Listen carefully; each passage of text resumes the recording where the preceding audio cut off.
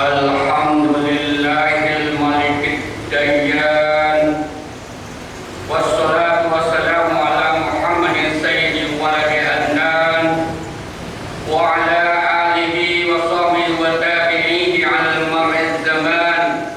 Asyhadu an la ilaha illallah wa la syarika lahu munazzahu 'anil jismiyati wal jihati waz zaman wal makan, wa asyhadu anna sayyidina Muhammadan abduhu wa rasuluhu alladzi kana khuluqul Qur'an.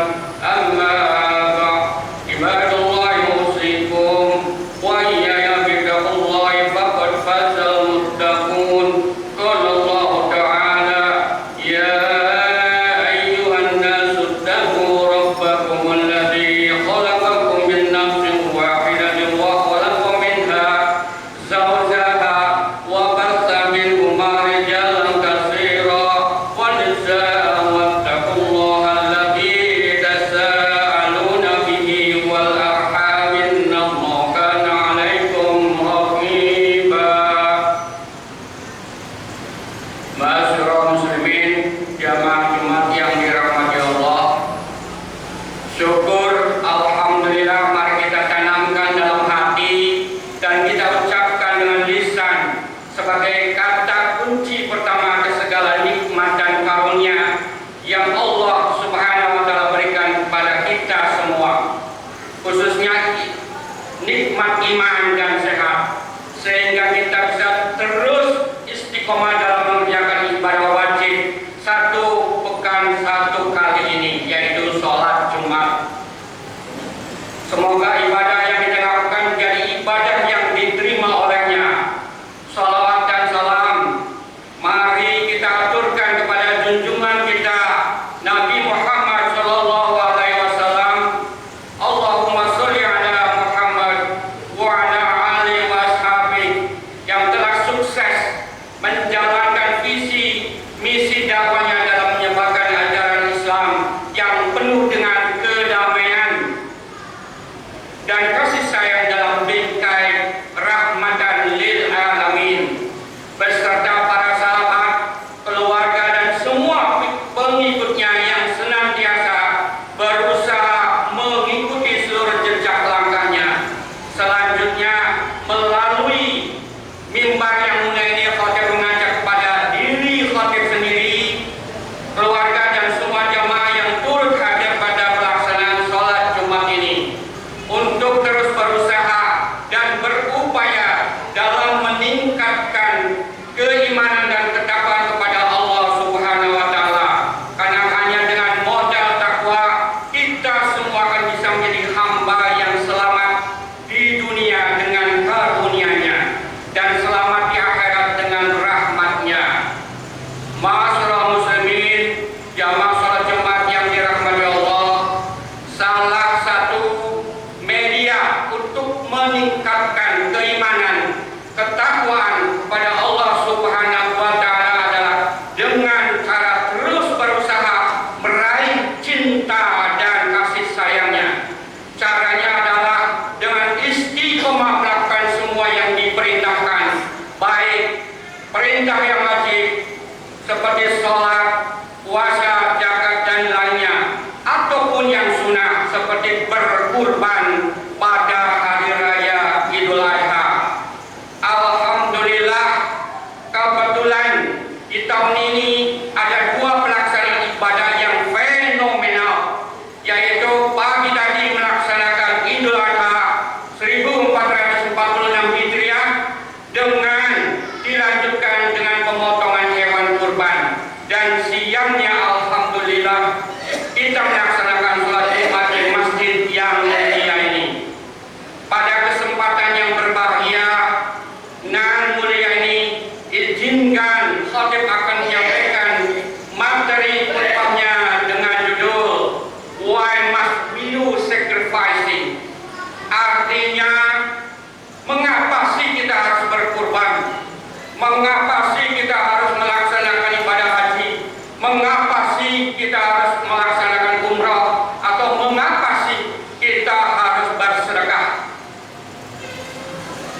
pertanyaan itu atau judul itu sangatlah amat bertolak belakang sekali dengan kehidupan kita saat ini.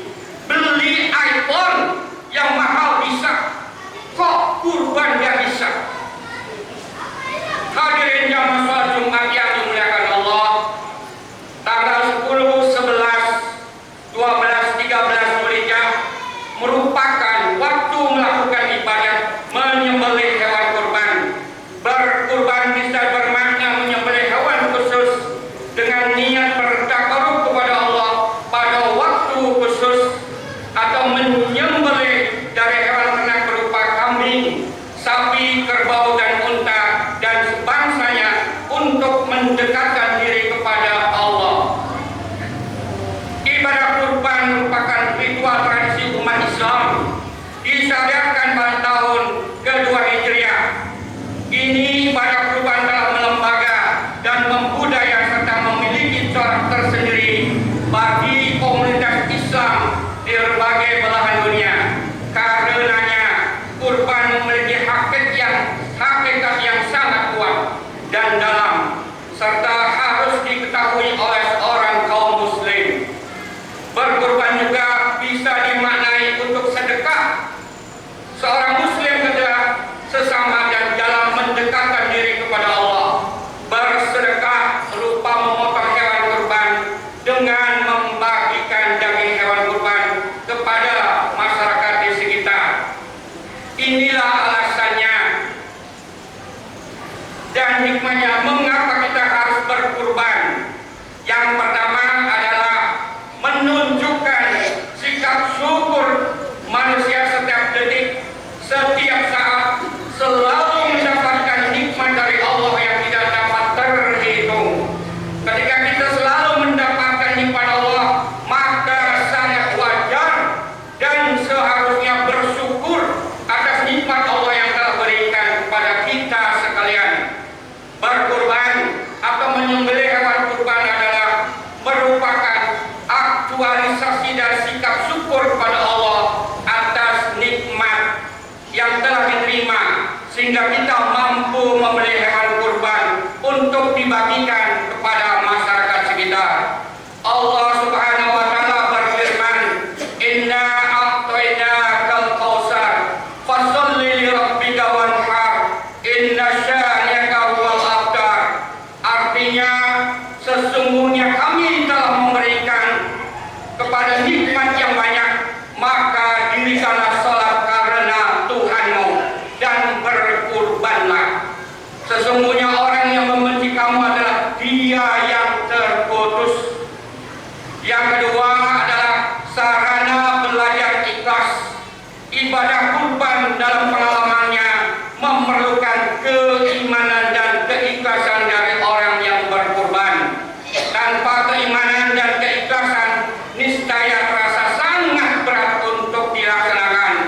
Mengingat harus mengeluarkan sebagian hartanya untuk membeli hewan kurban, dibagikan kepada masyarakat sekitar. Keikhlasan ditunjukkan dengan harapan mendapat ridho dari Allah. Harapan mendapat ridho Allah juga menjadi penyemangat untuk berkurban. Allah berfirman, "La yanalullah luhumahum wala dima'uha walakin yanalut taqwa minkum." Artinya daging-daging unta dan darahnya itu sekali-sekali tidak dapat mencapai keridhaan Allah, tetapi ketakwaan dan kamulah dapat mencapainya. Ketiga, memupuk kepedulian sama dengan berkurban berarti peduli kepada orang lain dan saudara-saudara. Dengan kurban berarti memperhatikan saudara dan tetangga. Kurban ini juga merupakan kesempatan untuk memupuk kepedulian kita sesama manusia. Kesempatan ini hanya setahun sekali. Mari berusaha untuk bisa melakukan ibadah kurban setiap tahun. Semoga Allah memberi kemudahan kepada kita. Allah berfirman, "Innamal mu'minuna ikhwatun fa aslihu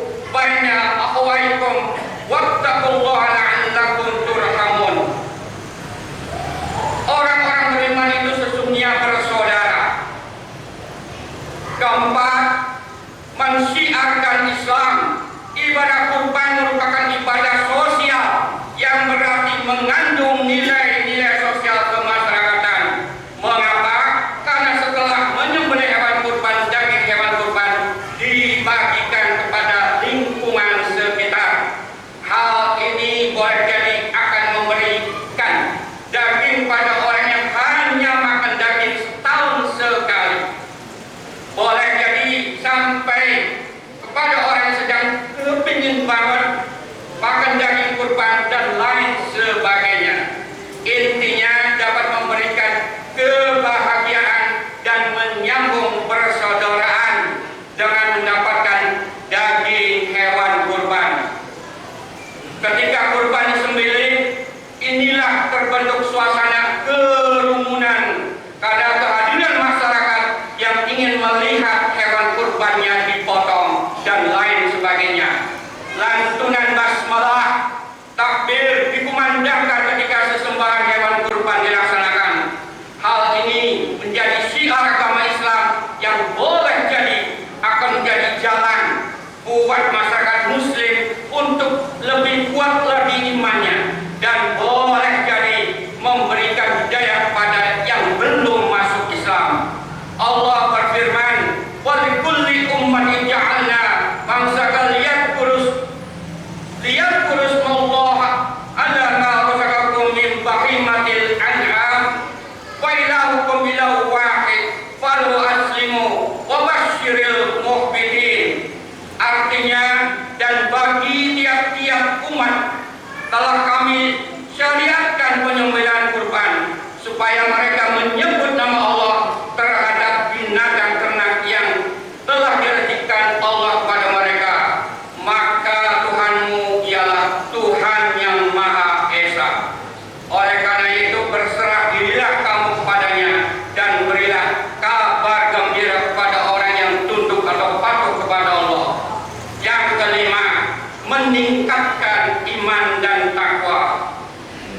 Iman kita harus berusaha meningkatkan sekaligus memperkuat keimanan dan ketakwaan kita.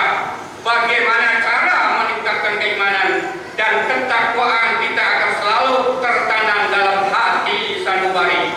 Tanpa usaha untuk melakukan kebaikan yang banyak, sudah pasti iman dan takwa kita akan menurun dan boleh jadi hilang. Kemaksiatan dan mudarat akan menjadikan kehancuran, kelunturan iman dan takwa.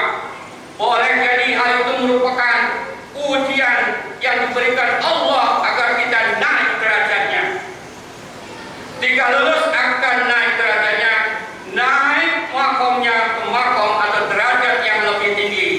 Selanjutnya kita, jika waktunya berkorban, boleh jadi ujian itu sekaligus harapan agar kita mendapat kebaikan dan memperoleh keimanan dan ketakwaan yang kuat. Ujian ini juga dialami oleh Nabi Ibrahim. Allah berfirman, "Wa idh ibtala Ibrahim rabbuhu bikalimatin fatammahun. Qala inni ja'iluka lin-nasi imama. Qala min dzurriyyati. Qala la yanalu 'ahdi dzalimin." Artinya, sesungguhnya kami menguji Ibrahim dengan beberapa kalimat perintah atau larangan. Lalu dia menunaikannya. Ingatlah ketika Tuhan berfirman kepadanya, "Sesungguhnya aku akan menjadikan engkau imam bagi seluruh umat manusia." Ibrahim berkata, "Jadikanlah juga dari keturunanku imam-imam." Tuhan berfirman, "Perjanjianku tidak akan sampai kepada orang yang zalim." Yang keenam, terpelihara dari sifat kikir dan menjadi beruntung. Berkorban merupakan sifat dan bukti ketaatan kita kepada Allah dan Rasul-Nya. Berkorban dengan harta untuk orang tertentu dan kebanyakan orang merasa berat karena ada hubbud dunia, mencintai dunia, sehingga justru mengumpulkan dunia atau harta bukan untuk membelanjakannya. Berkorban merupakan pembelanjaan harta di jalan Allah. Hanya ridha Allah yang diharapkan, bukan yang lain. Jika seseorang sudah ikhlas memberikan sebagian hartanya untuk orang lain melalui ibadah kurban, maka Allah berjanji kepadanya dengan menjadikan orang yang berkorban akan dijauhkan bersifat kikir dan selalu beruntung.